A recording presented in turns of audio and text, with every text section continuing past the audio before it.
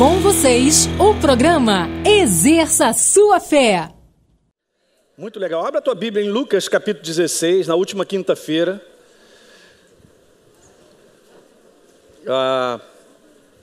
Eu comecei a falar sobre esse assunto. Na verdade, eu fiz uma introdução. Esse é um assunto que um tempo atrás eu já compartilhei, mas eu estou acrescentando outras áreas que a gente pode ter uma visualização pela palavra, para que a gente tenha esse entendimento. Nós estamos a caminho do céu. É uma maneira de dizer, mas é onde Deus mora, né? É o reino dele. E tudo isso por fé, porque nós cremos, né? Eu estava declarando aqui, deixa aí aberto em Lucas 16, no último encontro nosso, que nós vivemos esse mundo aqui, de uma realidade natural, mas ela é completamente regida pelo mundo do Espírito, da qual nós cremos. Senão não estaríamos aqui. Justamente, nós cremos na palavra, a palavra é Deus, e Deus dá a sua declaração a respeito disso. E eu li alguns versos bem interessantes, né? Alguém lembra que nós lemos aqui Jó, no capítulo 34, falando que se Deus ele puxasse, né? Se ele recolhesse o sopro dele, o espírito dele, ninguém ficaria de pé. Então, veja como é que ele não está interessado em si mesmo, né? Ele tem prazer na tua vida e na minha, e se eu estou respirando é porque ele permite, ele sustenta, ele está nisso. Apesar de a gente conviver com isso natural, o sol se levanta, a lua está bonita, o dia hoje está lindo, quente para burro, mas está lindo, beleza? Isso nada é do nada, isso não está aí, né? Agarrado. Como é que isso está agarrado em algum lugar, pastor? Do nada a lua está lá, o sol está aqui, não. Deus está envolvido nisso. E nós lemos lá em Colossenses, vamos ler só esse detalhe, porque é importante, porque isso glorifica o nome do Senhor. Colossenses, capítulo 1, falando a respeito de Jesus, vai lá para frente, Colossenses, capítulo 1, no verso número 17, falando sobre Jesus, ele é antes de todas as coisas, e nele tudo subsiste, diga aleluia. No verso 15, ele então é a imagem do Deus invisível, primogênito de toda a criação, pois nele foram criadas todas as coisas nos céus e sobre a terra, as visíveis e as invisíveis, sejam tronos, sejam soberanias, quer principados, potestades, tudo foi criado por meio dele e... Vai para frente um pouquinho, Hebreus capítulo 1, e nós lemos lá, justamente o verso número 3, falando sobre Jesus, ele é a expressão exata do seu ser, sustentando todas as coisas pela palavra do seu poder. Então tudo é sustentado por ele. Pode parecer que naturalmente as coisas são assim, e a gente viva 70 anos, 80 sobre a face da terra, e a gente não perceba que esse mundo, ele é completamente controlado pelo mundo do Espírito. Hebreus 11, um pouquinho mais à frente. No verso número 3, eu li aqui, foi um dos versos que eu li no último encontro.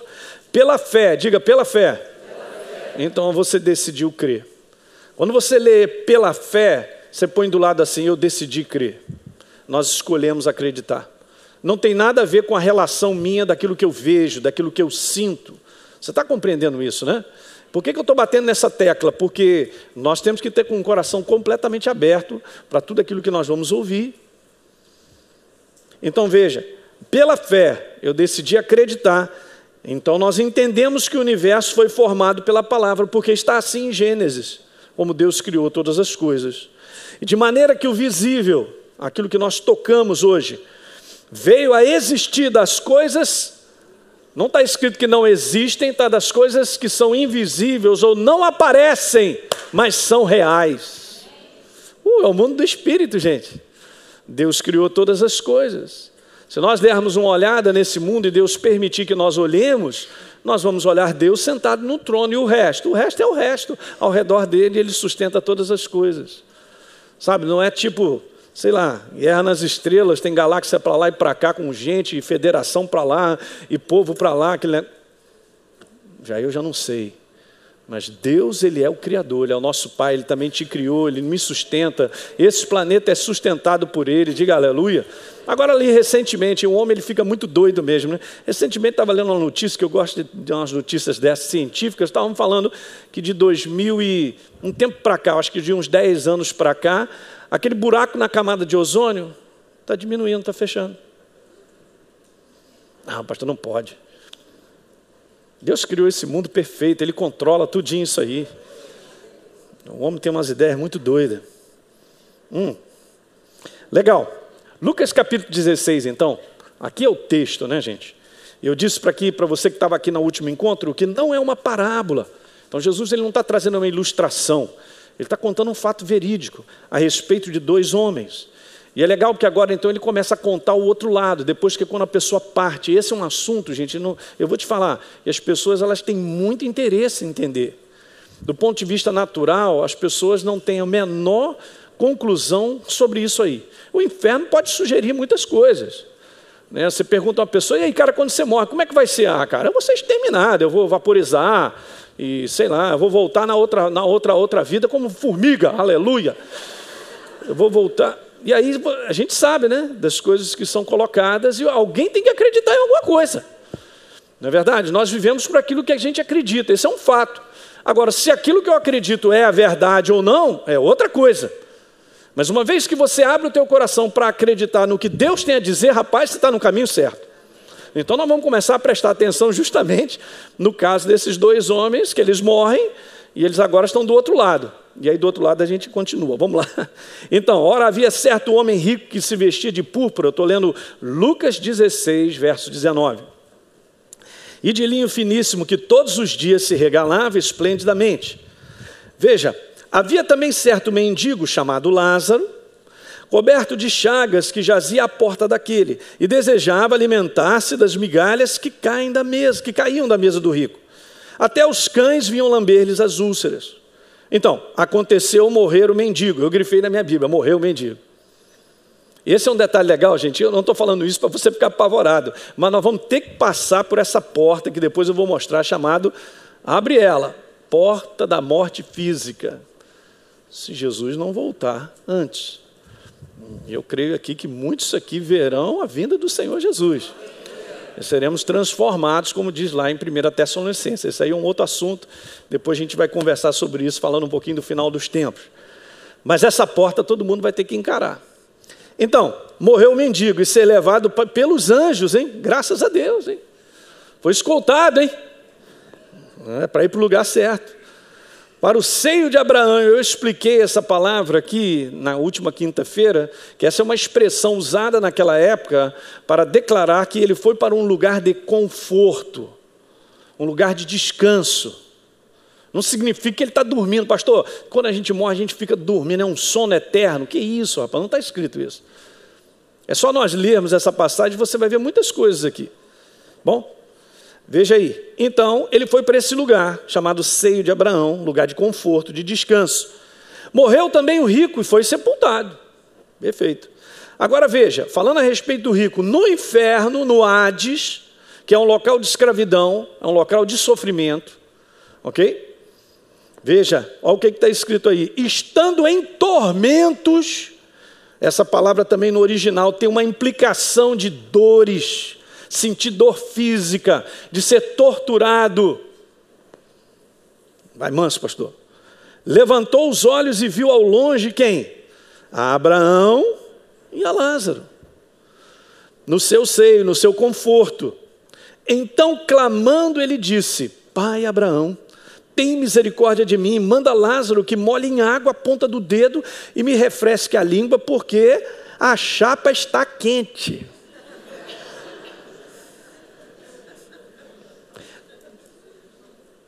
É mais do que isso, né?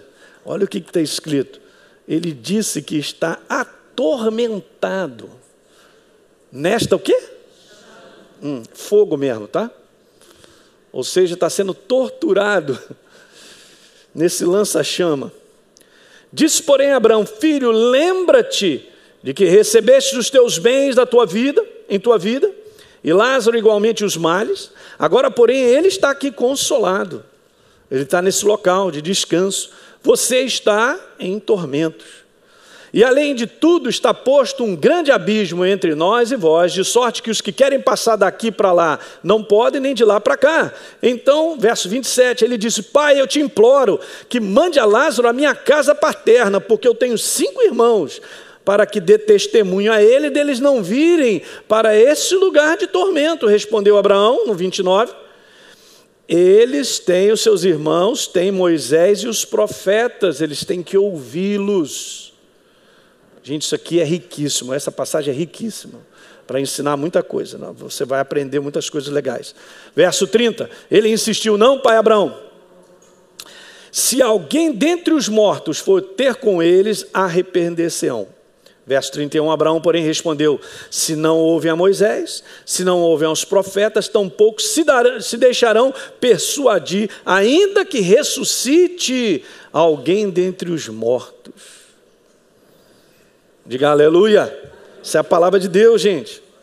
Então, essa passagem, esse aqui é um assunto importante, falar um pouquinho dessa passagem do qual nós vemos aqui, saindo desse contexto físico, né? Para dar continuidade.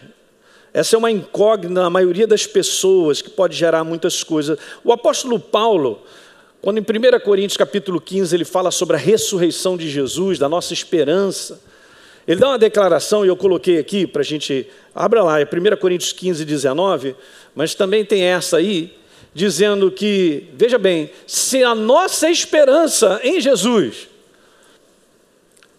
se limita apenas a essa vida física, por isso eu falei algo para vocês, que quando a gente recebe a Deus, e nós somos alguma nova criatura, queridos, tudo na nossa vida muda.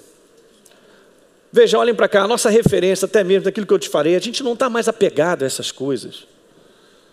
E isso gera tanto transtorno na vida das pessoas, tanta falta de alegria e tristeza, brigas e confusões por causa de dinheiro, por causa de coisas desse mundo. Tudo que eu quero é fazer isso, aquilo outro. Se o cara não consegue fazer aquilo, ele fica desesperado.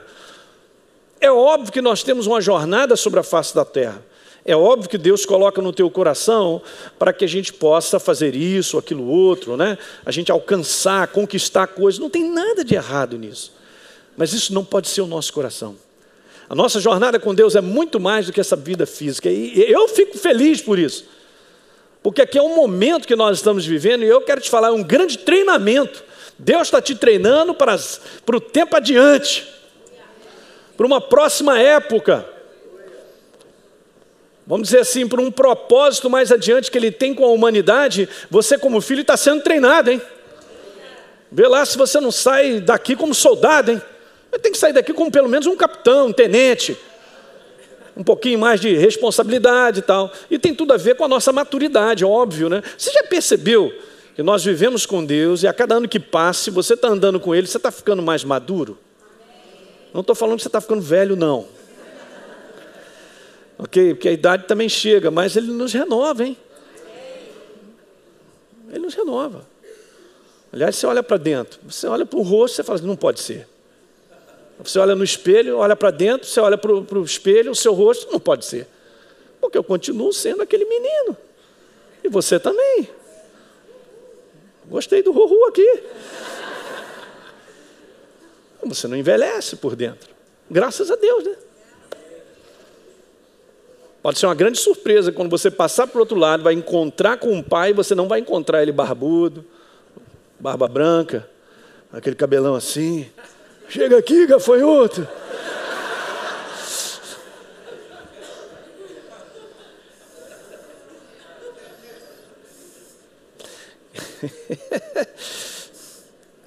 Eu estou te falando isso para justamente o apóstolo Paulo falar que é a nossa esperança, a gente está pensando, isso aqui é a infelicidade de muitas pessoas, gente. E aí ele disse, olha, se a nossa esperança se limita apenas a essa vida, ele já falou, somos os mais infelizes de todos os homens. E ele não está falando isso para o mundo, que não conhece a Deus, está falando para mim e para você. É por isso que a gente tem que ter uma jornada de fé num caráter de visualizar a eternidade. Eu vou repetir para você pegar. A nossa jornada com Deus e caminhada de fé, ela tem que ter essa visão de eternidade. Ela não tem essa visão de chegar daqui a 10, 15 anos, entende? E muitas vezes nós precisamos aprender, porque essa é a parte natural do ser humano, que é agarrada a coisas, e quer ter, e pede e tal. Não há nada de errado, Jesus disse, ó, pedir e dá-se-vos-á. Só tem que trabalhar isso de maneira própria, mas saber que isso aí não agarra a minha vida, é uma jornada com Ele. Se nós estivermos mais ligados de coração a uma comunhão e uma jornada com Deus, enquanto nós estivermos sobre a face da terra, as coisas andam muito melhor. Porque é isso que Ele quer. Nós fomos criados, queridos, com essa finalidade. Não me pergunte, mas Ele é tão apaixonado por mim e por você, que nós fomos criados para que Ele possa ter prazer em ter comunhão contigo. Muito mais do que nós com Ele, sabia? Impressionante. Show de bola, né? Então, Paulo estava falando sobre, depois você lê lá sobre ressurreição. Então, se não houver ressurreição, o que a gente está fazendo aqui? É óbvio que houve, e Deus está fazendo essa obra, mas nós somos os mais infelizes. Então, fica claro nesse verso, no contexto que o apóstolo Paulo está falando, sobre uma continuidade da vida. Por incrível que pareça, tem que ser explicado isso, porque uma boa parte da igreja do Senhor não tem entendimento sobre isso, mas a vida continua. Diga comigo, a vida continua. Pastor, mas como é que isso vai ser? De que maneira isso vai acontecer? Para onde é que eu vou? Nós vamos mostrar cartão postal de todos os 2 lugares. Se quiser, você pode ir lá passar uma noite para ver se é confortável, agradável. Brincadeira, né? Qual é o final dessa história? São as perguntas, né, que as pessoas têm. Então, eu só quero te dizer isso. Toda a nossa resposta está na palavra. Então nós vamos à palavra e a gente vai ver. Então eu quero colocar um primeiro slide para você anotando sobre isso, falando exatamente sobre isso aí, ó. A história do homem é uma história eterna. Por quê? Porque o Deus que o criou é eterno. É impressionante isso. Então isso aí já quebra essa noção de que a gente acaba, termina, acabou, a morte acabou, acabou tudo e tal. E como eu disse aqui no último encontro, né, às vezes a gente tem as pessoas que estão ao nosso redor e já são novas criaturas. Eu contei um pouquinho aqui do testemunho do sepultamento da minha mãe, que eu vi lá, e o Espírito Santo tinha me falado, Aline, fica tranquila, ela foi promovida. E a gente sabia que no futuro nós vamos encontrar todo mundo, gente. Não é maravilhoso? É apenas uma jornada de um tempo necessário que nós estamos sobre a face da terra, onde Deus tem planejado isso e preparado. Mas guarda isso no teu coração, a história do homem ela é eterna. Então, na sua mente, na minha, nós não concebemos isso. Mas olha só, você nunca mais vai parar de existir. E tem uns detalhes que nós vamos ver aqui nessa passagem, que é tão simples, está na nossa frente, mas traz muitas respostas. Mas eu quero te falar que isso, mesmo que o homem não tenha a visão de Deus, ou não seja uma nova criatura, ou não acredite na palavra, em todas as culturas religiosas das nações, dos povos do mundo, há essa noção de que existe algo além daquilo que nós vivemos, aqui sobre a face da terra. De uma certa maneira haverá também, você pode estudar, estuda as religiões. Não estou falando do cristianismo, que não é religião, é a vida de Jesus, né? Mas as pessoas não entendem, mas tudo bem. Então, você pode dar uma olhada nas religiões e você vai ver que existe uma certa cobrança pela condição da vida que a pessoa levou sobre a face da terra. É impressionante. Pode estudar que você vai ver. Tem uma maneira aí. Tem alguma coisa. E aí, como é que foi? Está tudo anotado. Olha aí, estou conferindo. Ih, rapaz. Tinha que tirar 5, tirou 3,5. Então, vamos dar uma olhadinha. Eu vou começar hoje falando de uma primeira conclusão bem óbvia a respeito desse assunto aí. Veja, anote aí, uma primeira conclusão desse texto que nós lemos aí, só para você pegar. Olha só que interessante. O homem, ele não deixa de existir quando a sua vida física cessa. Pode parecer uma pode ser a coisa mais ridícula. Pastor, mas isso eu já sei. Pois é, mas muitos não sabem. Mas ele não deixa de existir. E tem algumas coisas que a gente precisa entender sobre isso. Então, ele não deixa de existir. Ele entra nesse mundo, que na verdade nós entramos nesse mundo porque Deus nos criou. Não me pergunte, mas isso está além da nossa capacidade de imaginar. Mas quando Ele nos criou, não sei. Mas nós fomos criados. Muitos acreditam pela ciência que a vida é gerada no momento da fertilização. quando na verdade no mundo do espírito não tem um tempo para isso, não é naquele momento. Deus vive fora desse contexto. Então nós vamos ter muitas surpresas, e eu creio que todas as nossas interrogações a respeito de muitas coisas, depois que a gente passar, a gente vai aprender tudo, né? Vamos aprender. Depois você me conta, volta aqui. Então tem muitas coisas, mas isso é um fato. Olhando para essa passagem, esses dois homens viveram um certo tempo sobre a face da terra, e no momento então que eles foram para a sepultura, 7 palmos para baixo de terra, eles continuaram. Então ouça isso que eu quero te falar. Deus criou o homem, veja, Deus criou o homem para que ele viva pela eternidade. Esse é o propósito dele. Por isso eu fiz aquela declaração de nós aprendermos por fé a ter uma jornada de andarmos com Deus visando e tendo um propósito para a eternidade.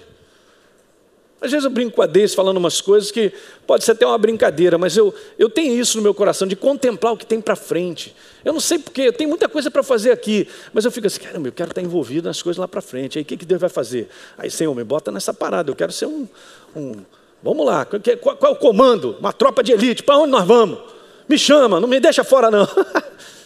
Eu fico empolgado no meu coração assim de poder dar continuidade e servir a Deus, Senhor. E aí, então, eu sou teu filho, estamos aí. Para onde é que nós vamos? Vamos para... É bom demais, né? De uma coisa você pode estar certo, se a gente tem aquela visão, e quando a gente sai daqui, a gente vai ficar sentado numa nuvem, com uma uva assim, um cachinho de uva, aí a Deise tocando uma harpa do meu lado, aí eu olhando para ela para mim.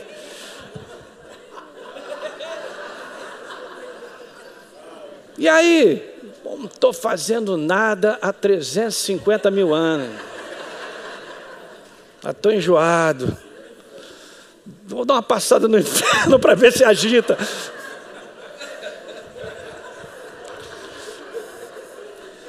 Então, o mundo do espírito que criou isso, gente. Em Hebreus fala um pouquinho das coisas que são criadas aqui, é porque primeiro elas estão lá em cima. E a gente não imagina o tamanho da criação de Deus do outro lado, vamos dizer do outro lado, eu não estou falando isso, do mundo do espírito, que nós estamos nessa dimensão física que impede de nós enxergar. Mas são coisas grandiosas, gente. É tão interessante que o apóstolo Paulo diz assim, ele viu e contemplou coisas inefáveis, que é difícil até descrever e falar. Nós vamos ler depois essa passagem. Como é que você descreve? Não sei, eu nunca vi na terra, eu não tenho referência. É um negócio tremendo, hein? Então o que está sendo preparado para a gente é um negócio infinitamente maior, mais tremendo para o nosso coração. Então a gente tem que ter essa dinâmica legal no coração. Como eu falei quinta-feira, não tem essa dinâmica que a pessoa cristã, que ela parte, a gente tem que sepultar. Que desespero, rapaz. Ela foi para uma melhor, já está com Deus. E a gente fica aqui agarrado. Então, nunca foi plano de Deus, e esse é um detalhe importante, que a morte física ela fizesse parte da vida do homem. Até porque Deus nunca criou a morte. Esse contexto de separação. No mundo do espírito, no reino de Deus, não tem nada separado dele. Nada funciona sem ele. Alguém está entendendo isso? Ele está em todas as coisas, até mesmo participa de tudo que está aqui. Mas então, nunca foi ideia de Deus. Fisicamente, o homem precisa morrer por causa do pecado de Adão, da desobediência, que trouxe em consequência aquilo que nós conhecemos como a morte espiritual do homem. E morte espiritual eu vou definir para você entender, para quem é novo, quem não sabe, vai aprender que nada mais é do que a retirada da vida de Deus, né? O afastamento da vida de Deus do espírito do homem. Essa é uma condição do qual a gente ensina na escola, é a maior aberração que existe. Escreve essa frase, é o homem viver sem Deus, e ele não sabe. Eu não sabia, né? Na cegueira do mundo das trevas, A maior aberração que tem é o homem viver sem Deus. Não foi criado para viver sem Deus. O espírito dele, a pessoa dele, em mim, no ser humano, era assim que Adão foi criado. Nós vamos ler um pouquinho mais à frente. Em Gênesis capítulo 2, dá uma lida lá comigo rapidinho, é um texto conhecido, vamos renovar a nossa mente. Quando Deus havia criado o homem, estabeleceu ele sobre um jardim, para que ele pudesse crescer e dar continuidade, está escrito lá no verso 15 que ele tinha plantado 2 árvores no meio do jardim, tinham lá. Então, tomou, pois, o Senhor Deus do homem e colocou no jardim do Éden para que cultivasse, para que guardasse, né? E depois diz, e o Senhor deu a ele uma ordem, olha, de toda árvore do jardim você pode comer livremente. Jaca, mamão, melancia, fica à vontade. Agora, da árvore do conhecimento do bem e do mal não comereis, porque o que vai acontecer? Cara, no momento em que você comer, no dia em que você comer, você certamente, diga certamente. Se Deus declara certamente, ele poderia só dizer morrerá, mas quando ele diz certamente, primeiro é igual Isaías 53, certamente ele levou sobre si as nossas enfermidades. Certamente, não tenha dúvida disso. Morrerás. Não me pergunte, o homem, a gente sabe disso, acabou comendo desse fruto. Mas essa é a grande morte. E o homem está agarrado, atrelado a isso, sobre a face da terra. Então o que aconteceu? É que a morte, vou passar aqui para você ir pegando comigo, a morte espiritual, uma vez que ela está dentro do ser humano, e justamente porque a gente nasce nesse contexto que a gente vai ver, ele passou a morrer fisicamente. No momento em que Adão come desse fruto, ele não morre fisicamente, mas chegou o dia dele morrer. Mesmo com a queda, isso aqui é super interessante, isso tudo está na palavra, eu não estou falando nada que você talvez não saiba, mas para alguns isso te ajuda a pensar. Adão viveu 930 anos, meu irmão. Com 150 era menino garoto. Estava tirando as fraldas.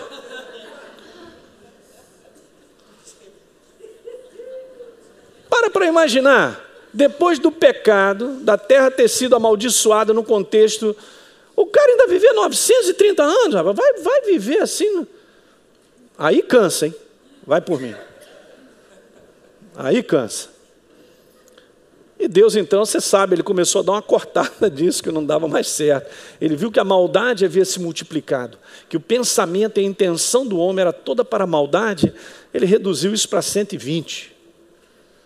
É o que está escrito em Gênesis. Então veja bem, a partir da morte espiritual, da separação da natureza de Deus, já não está mais no homem, ele passou a morrer fisicamente.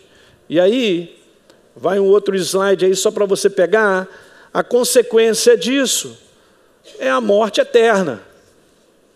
Ou seja, é a separação do ser humano eternamente de Deus. Uma maneira simples de dizer morte eterna. Uma separação definitiva. Quem está entendendo até agora? Está simples de entender. Então esses 2 homens passaram por essa porta, e nós vamos ter que passar. Então a Bíblia ela cita de uma certa maneira 3 tipos de morte. Só para você entender, acabei de explicar uma, que é essa, a morte espiritual. Veja, na morte espiritual, essa retirada da natureza de Deus do homem, a vida de Deus então não fazia mais parte da natureza do homem, é isso. E assim eu não sei, cada um de nós aqui tem que ter essa experiência sobre a face da terra, de nós retornarmos a ter de volta a natureza de Deus. Eu e você éramos afastados, não tínhamos a natureza. É muito legal, o apóstolo Paulo dá uma declaração legal em Efésios capítulo 2, veja. Efésios capítulo 2.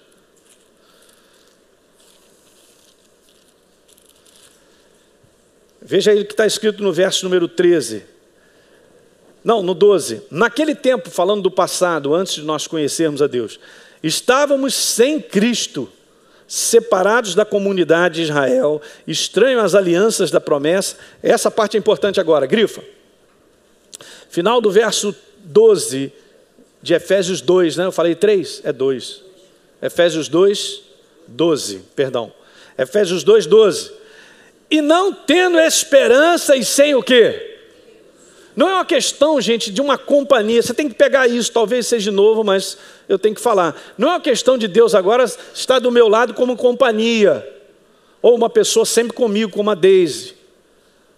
Não, é uma questão se a natureza dele está em você e em mim. Esse é o grande lance. A escola bíblica a gente ensina que a proposta de Deus com a vinda de Jesus não é perdoar pecado e me livrar do inferno. O que também, graças a Deus. Isso é uma consequência. Mas a proposta é o seguinte, Elinho, de nada adianta perdoar o teu pecado, eu não posso te livrar do inferno, se a tua natureza não mudar. Porque ele estabeleceu isso, você vai morrer. Ele declarou certamente, tem uma condenação nisso. E é interessante que o entendimento dessa palavra no original, que tem a ver com outras palavras que também tem aqui no Novo Testamento, é justamente que existe uma condenação em cima daquilo. É uma separação, escuta isso que eu quero te falar, é uma separação de Deus, da sua natureza, mas tem uma condenação em cima disso. Não é assim, cara, você vai para o outro lado, eu vou para cá, e aí tudo bem. Não é assim não. Tem uma implicação de uma condenação eterna. Entende? E Deus ele não pode ir contra a sua palavra, daí nós entendemos que ele precisou bolar esse plano, do qual o inferno nem sacou. Vamos lá, vamos pegar esse Jesus aí. Mal ele sabia. E Deus precisava trazer um homem sobre a face da terra como um representante nosso, para morrer no nosso lugar e nos libertar de uma condenação, de uma separação de uma natureza. Por isso, queridos, que nós temos que mais valorizar na nossa vida essa unidade que nós temos com a natureza de Deus. Quando eu falei aqui no início que nós somos uma nova criatura, nascemos no reino de Deus, eu agora sou cidadão dele, sou filho dele. Por natureza, eu tenho essa identidade. Ou seja, a natureza dele habita em nós. No mundo do espírito, se nós olhássemos para o ser humano, você identificaria quem tem a natureza de Deus e quem não tem. No mundo natural a gente não vê, mas é no mundo do espírito, é a maior verdade. A nova criatura, ela tem a natureza de Deus. Aqui então estava falando que o homem estava separado de Deus no mundo. Essa é a desgraça do ser humano, é a maior aberração, da qual Deus não chamou a mim e a você para nós vivermos dessa maneira, mas porque Adão pecou, morreu, nós vamos ler aqui em Romanos, foi passado para todo ser humano. Mas o que eu tenho a ver com Adão? Miserável esse cara, vai apanhar muito quando eu chegar lá. Muitos anos atrás, quando a gente era garoto, na igreja cantava, tínhamos um grupo de música, eu tocava bateria, o pastor Fragali guitarra, e outros, né? A Deise cantava. Beija você. Umas coisas mudam. Não me arrependo de nada não, a gente fez foi muito legal. Aí cantava esse tipo de música. Quando chegar no céu, vou dar um cascudo em Adão. Quem mandou se revelar? E aí vai, né? As coisas assim. Coisa de maluco mesmo. Não podíamos cantar em muitas igrejas, que o pessoal não gostava não. O pastor não deixava ler, esse grupo não entra aqui não. É verdade. Mas, tirando esse detalhezinho aí, vamos voltar para cá. Então essa é a maior aberração que existe, gente. Não me pergunte, Deus ele é justo. E ele estabeleceu um plano. E essa é uma grande justiça. Eu fui condenado em Adão, você também, e toda a humanidade. E ele lá em cima, porque me ama, manda o filho dele para me livrar. Eu vou te falar, quando a pessoa tem esse entendimento, ela recebe. Ela abre o coração e fala, o que é isso?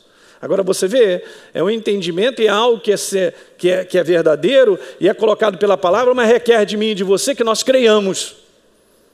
É por isso que está escrito lá em João capítulo 1, Veja lá, 1 João, rapidamente, volta aqui, no verso número 12. E a todos quanto o receberam, deu-lhes o poder de serem feitos filhos de Deus, a saber, aos que creem.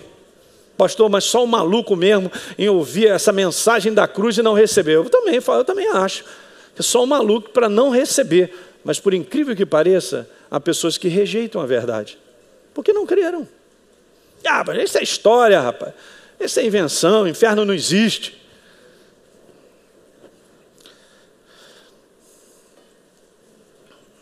Eu só quero te falar, você é um abençoado porque creu, tá?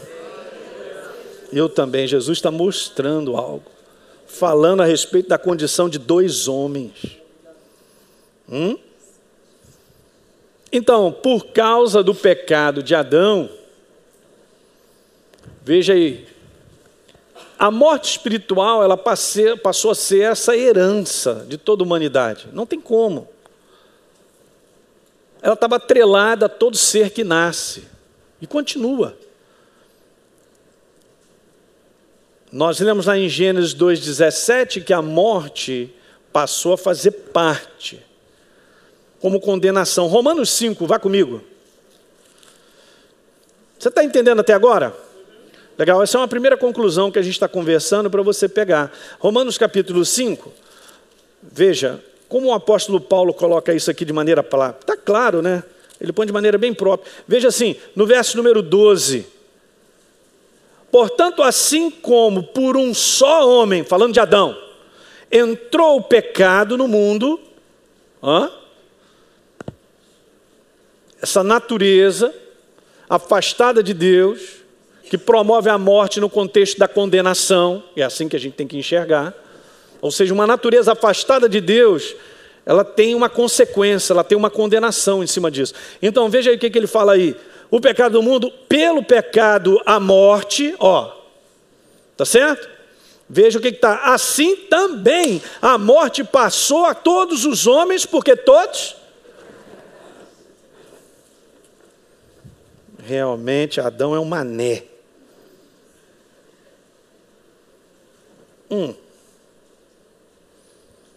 Agora veja que interessante. Vá comigo um pouquinho à frente no verso 17. Se pela ofensa de um, falando sobre Adão, e por meio de um só reinou a morte, muito mais os que recebem a abundância da graça, aleluia, e o dom da justiça reinarão em vida por meio de um só, saber quem? Jesus, o Rei da Glória. É isso aí, ponto final. Pastor, tem uma outra porta, vem cá, pastor, tem um outro jeito do homem encontrar com Deus, estar com Ele para sempre. Não tem jeito, porque a porta é Jesus. Eu sou o caminho, João 14,6. A verdade, não é uma outra verdade, não é um outro caminho, Ele é a vida, não é mais uma. Então está tudo ali, em cima dele. Ele foi o representante, o próprio Filho de Deus, a ir para esse lugar de condenação, no nosso lugar em substituição. Isaías 53, o capítulo da redenção, mostra que ele me substituiu. Ele foi lá, venceu o inferno e trouxe a medalha de campeão para mim e para você. Aí eu vou te falar, você está num time, aí você está machucado, torceu o tornozelo, você joga o campeonato, não joga, fica só assistindo do lado de fora, no final seu time ganha, você ganha a medalha sem fazer esforço, é isso aí. Só porque estava no time. Nem suou, mas Jesus suou sangue. Você vê, entende? Essa questão de nós recebermos de Deus por crença é maravilhoso, né? Não tem nada a ver com o que o homem faça. Não é aquilo que eu faço para conquistar. Foi o que Jesus fez e já conquistou. Eu tomo posse como?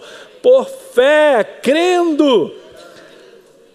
A graça salvadora se manifestou em todos os ângulos. E eu estendo o meu braço chamado fé. Então Deus não está contando com aquilo que eu e você façamos. Nós não podemos fazer nada para mudar a nossa condição em Cristo Jesus. Pega isso que eu quero te falar. Não tem o que Deus proporcionou para que nós recebêssemos a sua natureza. da qual nós temos, diga aleluia. Uma coisa é, todos nós aqui somos filhos por natureza. A outra é nós crescermos, é uma coisa de maturidade, é algo que nós temos que fazer, isso é individual. Nós vamos crescendo na maturidade, mas quem você é como essência, que nasceu, é a tua natureza, a natureza de Deus já está em você, aleluia. Você não fez nada, nem eu também, diga aleluia. Ele fez tudo por nós, por isso que está escrito que Ele nos amou e continua nos amando. Não tem como, Jesus deu uma declaração, aquele que dá a vida por uma outra pessoa não tem amor maior do que esse. Foi o que Ele fez. Ele foi punido no nosso lugar, Ele foi condenado. Você tem que entender, depois eu vou te explicar umas coisas aqui, que tem muitos cristãos que não têm esse entendimento. Acha que Jesus morreu, depois de 3 dias, de repente Ele ficou num lugar, foi lá chupar um picolé, foi para uma praia, foi para Bahamas, e depois Ele, ressuscitei. Assim que Ele morreu fisicamente, Ele foi para onde? Está vendo? Nem todo mundo sabe. Jesus morreu fisicamente, pastor, é claro que Ele foi para o céu, dá uma descansada que foi feia a coisa. Chamou o cavalo dele, o alazão, ele foi, abriu a porta da casa dele, sentou naquela cama, tomou aquele banho maravilhoso. Vixe, vou te falar, o negócio foi...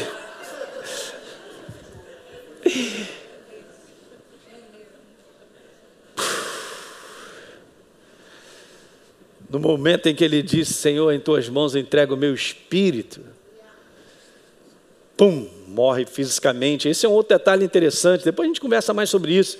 Mas sabe, Jesus, ele tinha autoridade sobre a vida dele, porque Ele é a vida. Em João dá uma declaração bem interessante, quer ver? Aleluia, eu gosto desse assunto, rapaz. João 10, você está aprendendo, hein? Você está pensando que Jesus veio para cá assim, eu tomar cuidado que eu posso ser atropelado por uma Scania.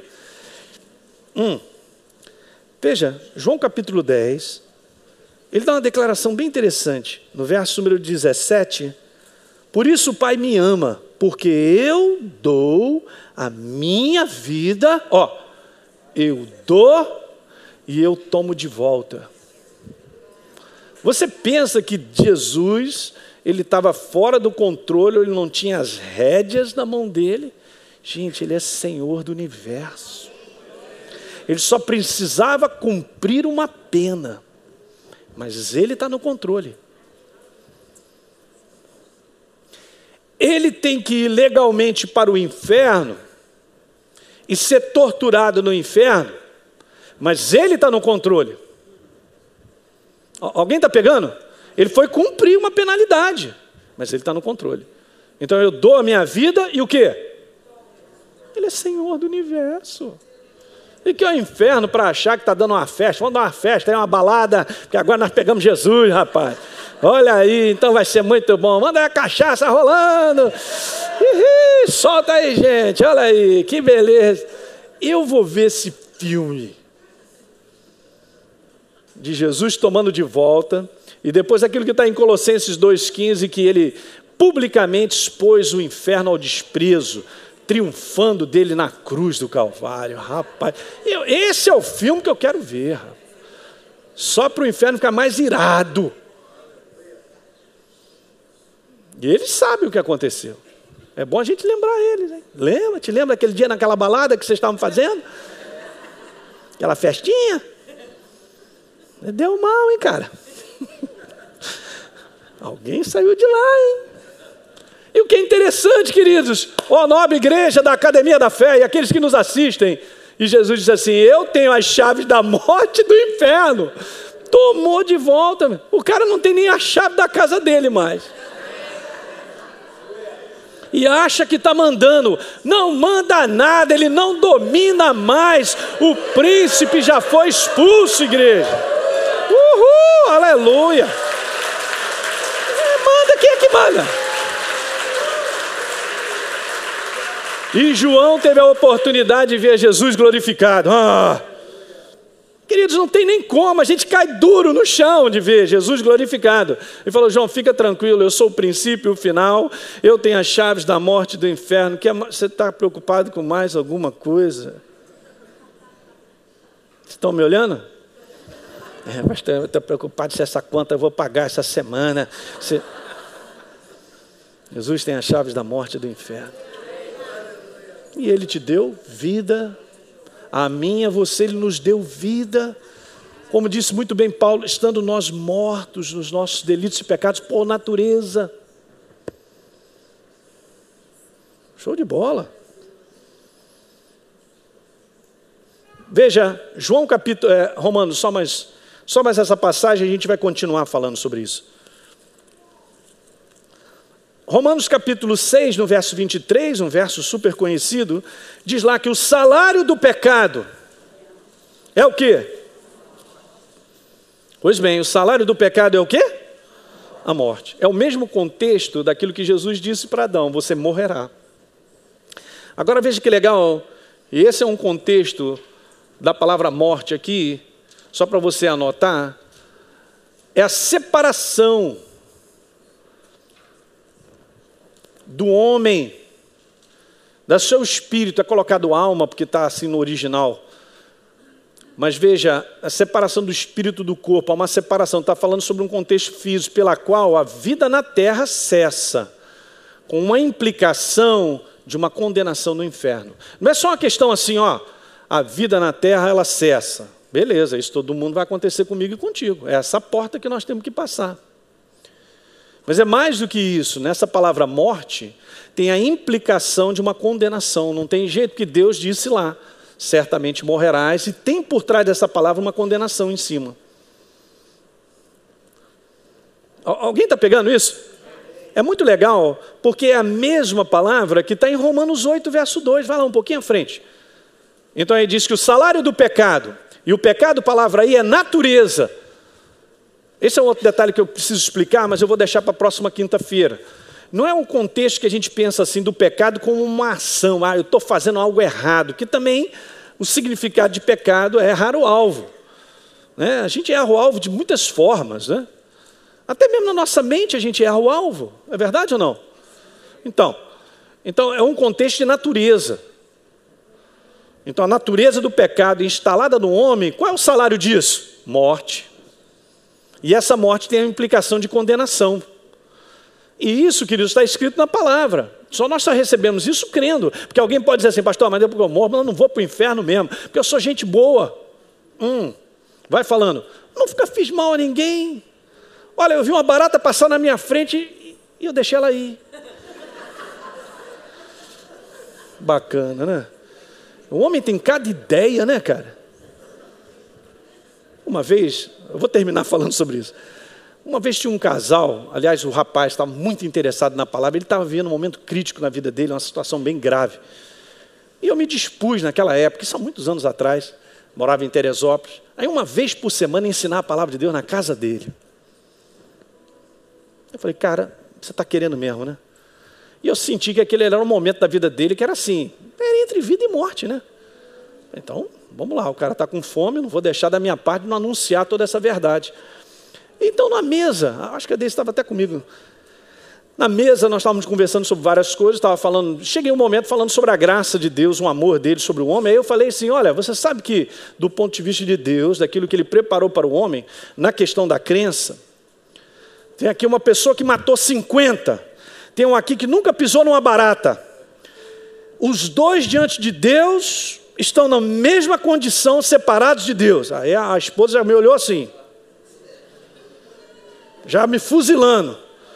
Aí só esperei um pouquinho mais, porque eu declarei para eles assim, olha, e você acredita que quando eles recebem a Jesus, os dois, recebem a Jesus como Senhor e Salvador, diante de Deus está feita a justiça, e os dois não têm mais condenação para ir para o inferno. Ela, não pode ser, bateu na mesa, não pode. Isso não é justiça? Como é que pode? O cara matou 50, o outro não pisou nem numa barata. A menina ficou revoltada, eu fiquei assim, Por quê? Porque na consciência do ser humano é o seguinte, eu sou bonzinho, não faço mal a ninguém, sou bacana. Então, eu estou legal com Deus. Que está legal com Deus? Que negócio é esse que eu faço para estar legal com Deus? Não existe, porque é uma coisa atrelada a uma natureza que está instalada no ser humano. da qual eu não posso retirar, eu só sou transformado quando eu creio na obra de Jesus. É óbvio que o cara que matou 50, ele vai pagar isso aqui na terra. Porque tem a sua consequência daquilo que eu e você, nós fazemos sobre a face da terra, eu tenho as consequências que nós pagamos. Mas diante de Deus, os dois estarão com Ele para sempre. Alguém lembra daquele ladrão na cruz? Um dos ladrões disse para o outro: cara, para de falar bobagem aí, você está falando sobre, ele é Jesus, é Senhor e tal. Ele falou: Senhor, lembra de mim quando entrares no paraíso. Aí Jesus falou: de maneira alguma, não é assim não.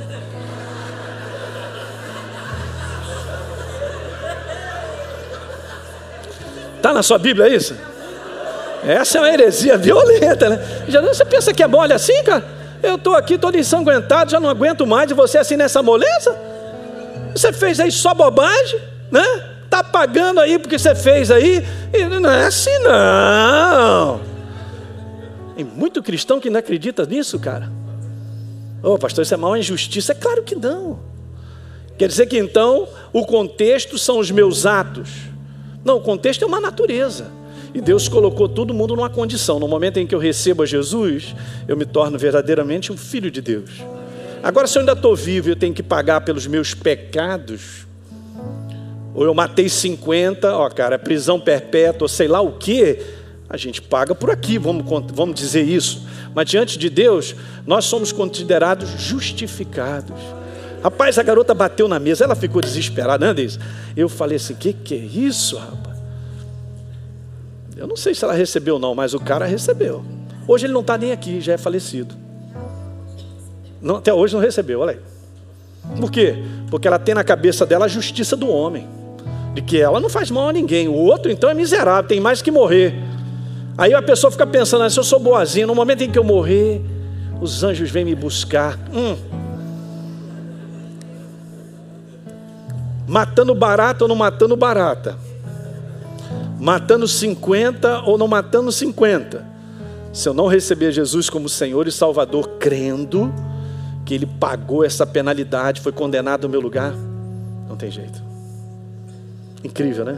Mas Ele é a porta, Ele é o caminho. Está dando para pegar? Aqui tem muitas coisas que nós estamos esticando, mas o Espírito Santo vai tirando dúvidas do teu coração para você entender isso. Vamos ficar de pé, vamos orar, aleluia. Muito bem, você acabou de ouvir uma mensagem e eu tenho certeza que foi gerado fé no seu coração. Portanto, eu quero te convidar a você receber Jesus como Senhor e Salvador. É muito simples, apenas creia que na obra da cruz do Calvário Ele pagou um preço pela tua vida. Se você acredita, basta apenas agora você acompanhar comigo nessa oração, que você repetirá essas palavras. Repita comigo: Senhor, eu ouvi a Tua palavra, foi gerado fé no meu coração, portanto eu Te recebo como Senhor e Salvador da minha vida. Vem com Teu Santo Espírito fazer morada em mim, e a partir de hoje eu vou andar contigo todos os dias da minha vida. É isso aí, é simples assim. Quero te dizer que você agora se torna um filho de Deus, uma nova criatura em Cristo Jesus, como diz a palavra em 2 Coríntios capítulo 5, verso 17. E eu quero ir um pouquinho mais, porque agora você precisa estar em contato com a palavra de Deus. Você precisa ler a palavra de Deus, e é muito bom que você procure uma igreja perto da sua casa, onde você mora, para que você possa se alimentar da verdade, se congregar e crescer em Cristo Jesus. Portanto, você agora está numa nova jornada. Deus te abençoe. A palavra de Deus tem sido anunciada e milhares de vidas têm sido alcançadas com a verdade libertadora do Evangelho de Cristo através deste programa. Agradecemos a você que, junto conosco, torna possível o ídolo de Jesus, seja através da oração ou generosidade, ajudando milhares de pessoas a ouvir e exercerem sua fé na palavra de Deus. Se você deseja ser um parceiro, exerça sua fé. Ligue 0 Operadora 21 3251 3242 ou através do site www.exerçasuafé.com.br. Faça parte da revolução do Evangelho Libertador. Muito bem, eu queria fazer um agradecimento a você que tem orado por esse ministério, que tem contribuído também financeiramente para esse ministério. Saiba que você é um participante na liberação, na vinculação desse evangelho libertador que tem transformado muitas pessoas, tem transformado a sua vida, tem transformado a minha vida. A Bíblia declara algo muito especial e eu compartilho isso com você em Provérbios capítulo 11, no verso 24, que aquele que dá liberalmente se lhe acrescenta mais e mais. E são palavras de Deus para você. Aquele que tem uma alma generosa, a Bíblia também declara que prosperará. E é óbvio que você tem feito isso, não só orado por esse ministério, ou contribuído por esse ministério de coração, na inspiração de Deus, de maneira voluntária. E é esse coração que agrada a Deus. Portanto, eu quero declarar que você é uma pessoa abençoada no nome de Jesus.